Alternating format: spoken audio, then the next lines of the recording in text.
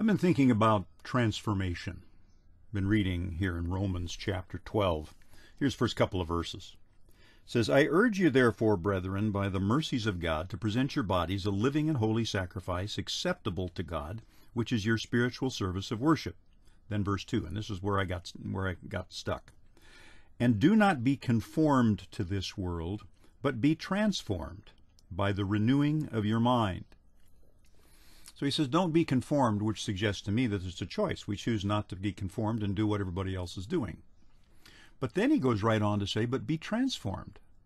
So that suggests to me something else, that we choose to be transformed. And I love the way the New Living Translation puts this. It says, and be transformed by changing the way you think. So what are the things that get in the way of changing the way we think? And there's been 4 of them that I've been thinking about. And the first one is we resist being trained.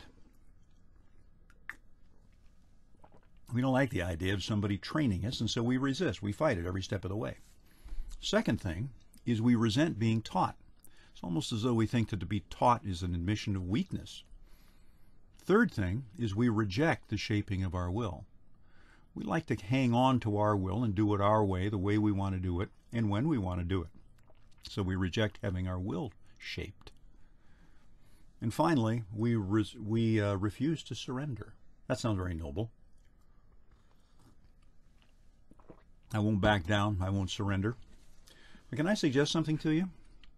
When you're surrendering to the almighty power of the universe, the creator of all things, that's not an admission of defeat. That's just plain smart.